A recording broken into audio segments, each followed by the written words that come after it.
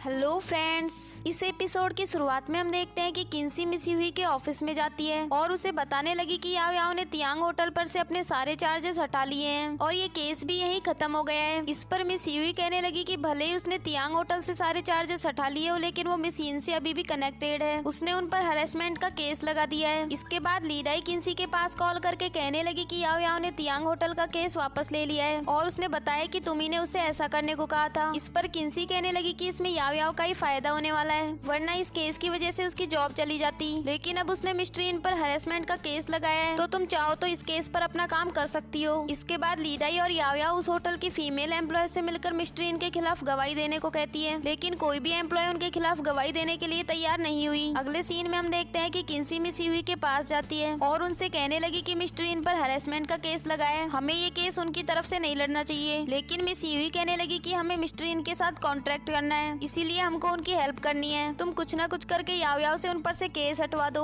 तो मैं तुम्हारा प्रमोशन कर दूंगी। लेकिन किन्सी इसके लिए मना कर देती है, कहने लगी कि शायद आपको पता नहीं है पिछले कुछ सालों में उन्होंने कितनी फीमेल एम्प्लॉयज को टॉर्चर किया है। अगर हमने फिर भी उन्हें बचाया तो ये बिल्कुल अनफेयर होगा। मिस यूही कहने लगी कि मैं तुम्हें फाइनल वार्निंग दे रही हूँ, या तो तुम उन पर से ये केस हटवाओ या फिर ये कंपनी छोड़कर चली जाओ। इसके बाद किन्सी तुरंत जॉब छोड़कर जाने लगी और जाते जाते उससे कहने लगी कि मुझे इस बार अपने डिसीजन पर कोई पछतावा नहीं होगा। अगले सीन में हम देखते हैं कि किन्सी वहाँ से अपना सामान कलेक्ट करके कंपनी छोड़कर जा रही होती है। उसके कलीग्स उससे रुकने की रिक्वेस्ट करते हैं, लेकिन वो चली गई। अगले सीन में हम देखते हैं कि जुनहुई उससे पूछने लगा कि क्या तुम अब मिस्टर यिन के खिलाफ केस लड़ने वाली हो। इस पर किन्सी कहने लगी कि हाँ, मैं इसकी कोशिश करूंगी। तभी जुनहुई कहने लगा कि इस केस में सबूत ढूंढना बहुत मुश्किल है और तुमने तो अभी अपने गोल्स को भी अचीव नहीं किया, फिर तुम ये कंपनी छोड़कर कैसे जा सकती हो। और अगर मिस यूही ने तुम्हें किसी भी कंपनी में जॉब नहीं मिलने दी तो तुम क्या करोगी। किन्सी कहने लगी कि अब मैं सिर्फ जस्टिस चाहती हूँ, इसके अलावा मुझे कुछ नहीं चाहिए। इसके बाद वो ली डाई और याओ याओ से मिलने जाती है और उनसे कहने लगी कि मेरे पास एक गुड न्यूज है और एक बैड न्यूज, बताओ तुमको पहले कौन सी सुननी है। ली डाई कहने लगी कि पहले गुड न्यूज सुनाओ। किन्सी कहने लगी कि अब मैं भी याओ याओ की तरफ से केस लड़ूंगी, क्योंकि अब मैं वहाँ रिजाइन कर चुकी हूँ। फिर याओ याओ उससे बैड न्यूज सुनाने को कहती है, तो किन्सी बताने लगी कि मिस्टर जिन को हमारे प्लान्स के बारे में पता लग गया है, तो वो अब सबूत ढूंढना हमारे लिए उतना ही मुश्किल कर देंगे। अब बताओ कि तुम ये केस कंटिन्यू करना चाहती हो या फिर गिव अप करना चाहती हो। याओ याओ उस केस को कंटिन्यू करने के लिए कह देती है। अगले सीन में हम देखते हैं कि किन्सी एक ऑफिस रेंट पर ले लेती है और अपने नए ऑफिस में शिफ्ट हो जाती है। तभी जुनहुई उसके पास आकर कहने लगा कि तुम्हारे लिए गुड न्यूज है, मैंने मिस्टर जिन से बात कर ली है, वो तुम्हें दोबारा जॉब पर रखने के लिए तैयार हैं। लेकिन किन्सी कहने लगी कि तुम अपने काम से काम रखो, अपनी और वूफे की रिलेशनशिप पर ध्यान दो और मेरी फिक्र करना छोड़ दो।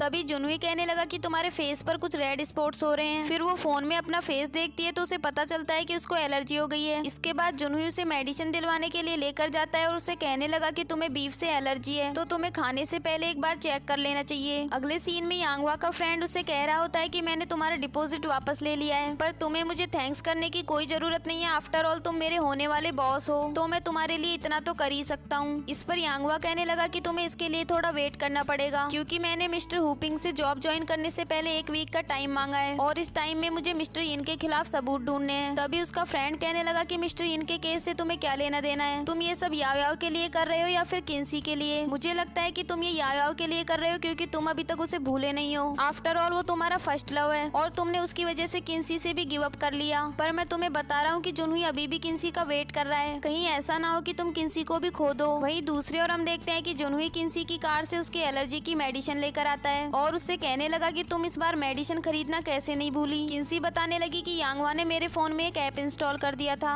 तो वो मुझे रिमाइंड करवा देता है। इसके बाद जुनहुई उसके लिए पानी की बोतल निकाल रहा होता है, तभी वहाँ उसे उनका डिवोर्स सर्टिफिकेट मिल जाता है। वो वापस आकर किन्सी से कहने लगा कि तुमने डिवोर्स ले लिया है, मुझे बताया क्यों नहीं, चलो हम दोनों कल ही शादी कर लेते हैं, तुम अपनी जॉब फिर से ज्वाइन कर लेना और इस रियल शादी के बाद वो लोग तुम्हें अपनी कंपनी की पार्टनर भी बना लेंगे। इस पर किन्सी कहने लगी कि मुझे पता है तुम एक अच्छे आदमी हो और एक अच्छे हस्बैंड भी बन सकते हो, लेकिन मुझे तो शादी में बिलीव ही नहीं है और मैं अभी शादी के लिए मेंटली प्रिपेयर नहीं हूँ, इसलिए अच्छा यही होगा कि तुम वूफे से गिव अप मत करो, तुम्हें उसके पास वापस चले जाना चाहिए। ये कहकर किन्सी वहाँ से चली गई। अगले सीन में हम देखते हैं कि किन्सी जब वापस जा रही होती है तभी उसे यांगवा का एक प्रॉमिस याद आता है। यांगवा ने उससे कहा था कि मैं ये गारंटी ले सकता हूँ कि मैं लाइफ टाइम तक तुमसे ऐसे ही प्यार करता रहूंगा। फिर उसे वो सीन भी याद आता है जहाँ यांगवा ने उसे डिवोर्स लेने की बात कही थी। इसके बाद जब किन्सी अपने घर जाती है तो देखती है कि उसका घर पूरी तरह क्लीन था और डिनर भी ऑलरेडी बना हुआ था। उसको लग रहा था कि उसकी मॉम ने ये सब किया होगा तो वो अपनी मॉम को थैंक्स का मैसेज सेंड कर देती है। इसके बाद अगले सीन में हम देखते हैं कि किन्सी अपने ऑफिस में होती है और वो यांगवा के नंबर ब्लॉक कर देती है। तभी वहाँ जुनहुई का एक फ्रेंड आता है जो कि एक इन्वेस्टिगेटर है। वो अपने साथ एक विटनेस को भी लाया था जो मिस्टर इन के खिलाफ गवाही देने के लिए तैयार थी। अगले सीन में हम देखते हैं कि किन्सी और ली डाई उस इन्वेस्टिगेटर से बात कर रही होती हैं और किन्सी उससे कहने लगी कि हमने तो तुमसे कुछ भी इन्वेस्टिगेशन करने के लिए नहीं कहा था, फिर तुम हमारी हेल्प क्यों कर रहे हो। तभी वो इन्वेस्टिगेटर बताने लगा कि मुझसे ये सब यांगवा ने करने के लिए कहा था। उसके जाने के बाद ली डाई किन्सी को चिढ़ाते हुए कहने लगी कि यांगवा तो याओ याओ की हेल्प करने के लिए कुछ भी कर सकता है। किन्सी कहने लगी कि तुमसे किसने कहा कि वो ये सब याओ याओ के लिए कर रहा है। इस पर ली डाई कहने लगी कि वो उसकी एक्स गर्लफ्रेंड है तो वो उसी की हेल्प करेगा। तभी किन्सी वहाँ से उठकर चली गई लेकिन फिर ली डाई भी उसके पीछे पीछे आ गई और उससे कहने लगी कि क्या तुम याओ याओ से ज्वेलस हो रही हो, लेकिन तुम याओ याओ की हेल्प क्यों कर रही हो, वो तो तुम्हारी लव कॉम्पिटिटर है, तुम्हें तो उससे हेट करनी चाहिए थी। लेकिन किन्सी कहने लगी कि मुझे उसका कोई डर नहीं है। ये कहकर वो वहाँ से चली गई। अगले सीन में हम एक एम्प्लॉय को देखते हैं जिसके फोन में एक वीडियो होता है जिसे देखकर उसे फ्लैशबैक में एक सीन याद आता है जब वो जुनहुई को तियांग होटल से वापस लेकर आ रहा था। तभी उन्होंने देखा था कि मिस्टर यी ने एक लड़की को टॉर्चर कर रहे थे। वो उसकी हेल्प करने के लिए जा रहा था लेकिन जुनहुई ने उसे रोक दिया था और फिर सबूत के लिए उसे फोन में रिकॉर्ड कर लिया। जुनहुई ने उस दिन ड्रिंक कर रखी थी तो अब इस सबूत के बारे में भूल गया था। फिर वो एम्प्लॉय जाकर जुनहुई को रिकॉर्डिंग दिखा देता है। जुनहुई उससे कहने लगा कि तुम्हें पता है ना इस रिकॉर्डिंग की वजह से तुम्हारा लॉयर लाइसेंस भी सस्पेंड हो सकता है। इस पर वो एम्प्लॉय कहने लगा कि हाँ हो सकता है पर मैं आपकी हेल्प करना चाहता हूँ। उस दिन जब मैं उस लड़की को घर छोड़ने जा रहा था तो मैंने उसे कहा था कि अगर वो पुलिस में केस करे तो मैं उसका विटनेस बनने के लिए तैयार हूँ, लेकिन उसने केस करने से ही मना कर दिया।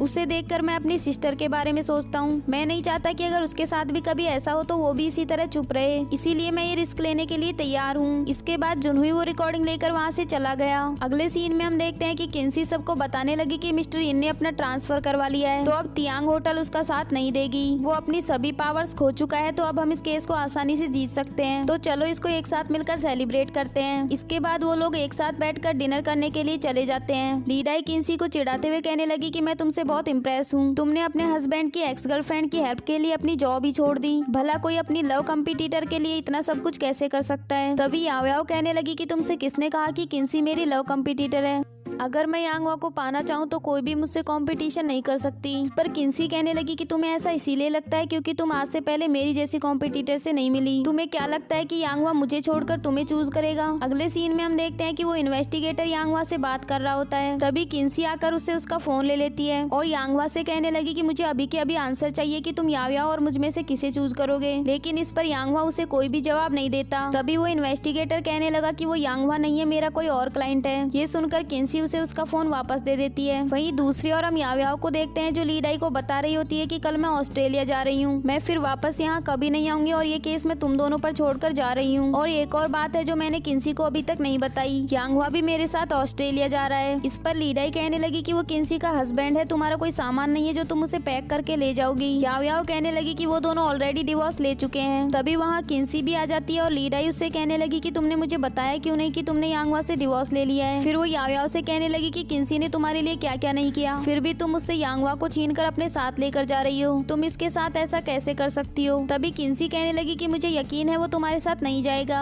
इस पर याओ याओ कहने लगी कि कल सुबह 11 बजे हमारी फ्लाइट है और तुम में दम है तो उसे रोक कर दिखाओ। तभी यांगवा याओ याओ को वहाँ लेने आ जाता है और याओ याओ उसके साथ वहाँ से जाने लगी। तभी ली डाई किन्सी से कहने लगी कि जाओ जाकर उसे रोक लो, लेकिन किन्सी उसे रोकने नहीं गई। वही दूसरी ओर हम देखते हैं कि याओ याओ यांगवा से कह रही होती है कि तुम दोनों एक दूसरे से इतना प्यार करते हो फिर भी इस तरह फाइटिंग क्यों कर रहे हो। यांगवा कहने लगा कि मैं उसे जितना लाइक करता हूँ उतना किसी को भी नहीं कर सकता। याओ याओ कहने लगी कि तुम चाहो तो उसके पास वापस भी जा सकते हो पर तुम चाहते हो कि वो खुद तुम्हारे पास आए। वहीं दूसरी ओर हम देखते हैं कि किन्सी यांगवा को रोकने के लिए आ जाती है लेकिन तब तक यांगवा वहाँ से जा चुका था। इसके बाद किन्सी बारिश में भीगते हुए वापस अपने घर जा रही थी। तभी उसका भाई उसे लेने आ जाता है और उससे कहने लगे कि तुम हमारा फोन क्यों नहीं उठा रही थी, हम कब से तुम्हें ढूंढ रहे हैं। तभी किन्सी उन्हें हक करके बहुत ज्यादा रोने लग जाती है और उन्हें किसी भी सवाल का कोई जवाब नहीं देती। देती। इसके बाद नेक्स्ट मॉर्निंग का सीन दिखाया जाता है जहाँ यांगवा याओ याओ और उसके बेटे के साथ ऑस्ट्रेलिया जाने के लिए निकल गया। वहीं दूसरी ओर हम देखते हैं कि किन्सी की मॉम उसके घर उससे मिलने आती है और उससे कहने लगी कि तुमने घर को इतना गंदा करके क्यों रखा है। इस पर किन्सी कहने लगी कि आप ही ने तो 2 दिन पहले आकर इसे साफ किया था। उसकी मॉम कहने लगी कि मैं तो यहाँ नहीं आई थी और मैंने कोई सफाई भी नहीं की। तभी हमें फ्लैशबैक में एक सीन दिखाया जाता है जिसमें यांगवा आकर उसके घर की सफाई करता है और साथ में उसके लिए डिनर भी बना देता है। इसके बाद किन्सी की मॉम उसे बताने लगी कि तुम्हारे डिवोर्स के बारे में हमें पहले से ही पता है। तभी हमें फ्लैशबैक में एक सीन दिखाया जाता है जिसमें यांगवा किन्सी के पेरेंट्स के घर जाता है और उन्हें अपने डिवोर्स के बारे में सब कुछ बता देता है और उनसे कहने लगा कि किन्सी ने आज तक इतने सारे डिवोर्स करवाए कि उसे शादी से ही डर लगने लगा है। हमारी ये मैरिज फेक थी और मैं नहीं चाहता कि वो हमेशा फेक लाइफ ही जीती रहे। प्लीज आप उसे शादी करने के लिए कभी फोर्स मत करना। मैं उससे शादी तो नहीं कर सकता पर आप मुझे ये परमिशन दे दीजिए कि मैं बिना शादी के ही उसकी केयर करूं। जब किन्सी को ये बात पता चली तो वो यांगवा को ऑस्ट्रेलिया जाने से रोकने के लिए तुरंत वहाँ से चली गई। इसके बाद एयरपोर्ट का सीन दिखाया जाता है जहाँ याओ याओ यांगवा से कह रही थी कि कहीं हमारा प्लान हम पर ही उल्टा ना पड़ जाए। इस पर यांगवा कहने लगा कि कुछ नहीं होगा, तुम बस ये सब मुझ पर छोड़ दो। फिर याओ याओ उससे कहने लगी कि क्या तुम सच में मेरे साथ ऑस्ट्रेलिया नहीं चल रहे, तुम्हें वहाँ किन्सी जैसी और भी लड़कियां मिल जाएंगी।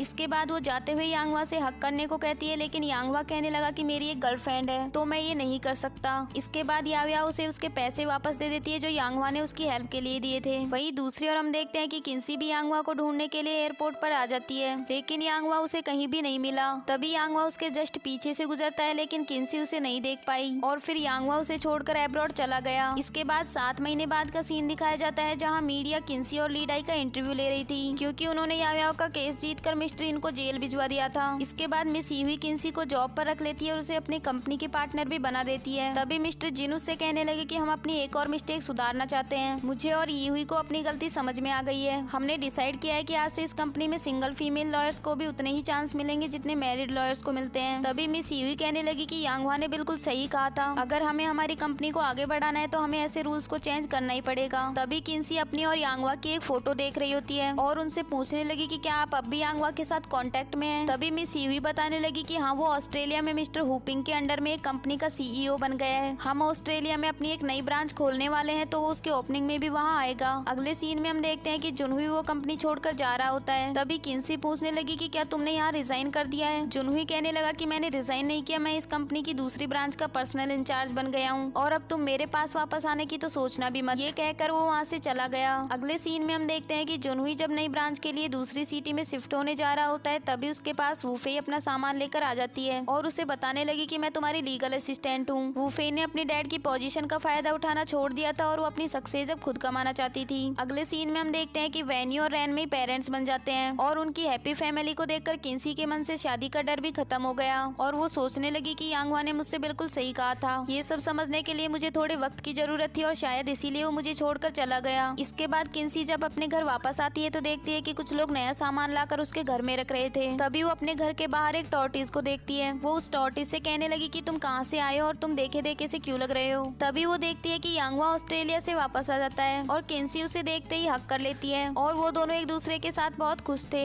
इसके बाद वो अंदर जाकर यांगवा से पूछने लगी कि तुम तो याओ याओ के साथ ऑस्ट्रेलिया चले गए थे, फिर तुम वापस क्यों आ गए। इस पर यांगवा कहने लगा कि तुमसे किसने कहा था कि मैं याओ याओ के साथ गया था। किन्सी कहने लगी कि मैंने तुम्हें बहुत मिस किया और प्लीज तुम मुझे दोबारा छोड़कर मत जाना। इस पर यांगवा उससे प्रॉमिस करता है कि अब मैं तुम्हें छोड़कर कभी नहीं जाऊंगा। फिर किन्सी उससे पूछने लगी कि क्या तुम यहाँ याओ याओ के लिए वापस आए हो या फिर मेरे लिए। इस पर यांगवा कहने लगा कि मेरे दिल में सिर्फ तुम हो, पास्ट में भी तुम थी, अब भी तुम हो और फ्यूचर में भी तुम ही रहोगी। और ये कहकर वो किन्सी को किस कर देता है और इसी के साथ ही इस ड्रामा की यही हैप्पी एंडिंग होती है। तो ये थी यांगवा और किन्सी की प्यारी सी लव स्टोरी। आपको ये लव स्टोरी कैसी लगी कमेंट में जरूर बताना। Thanks for watching.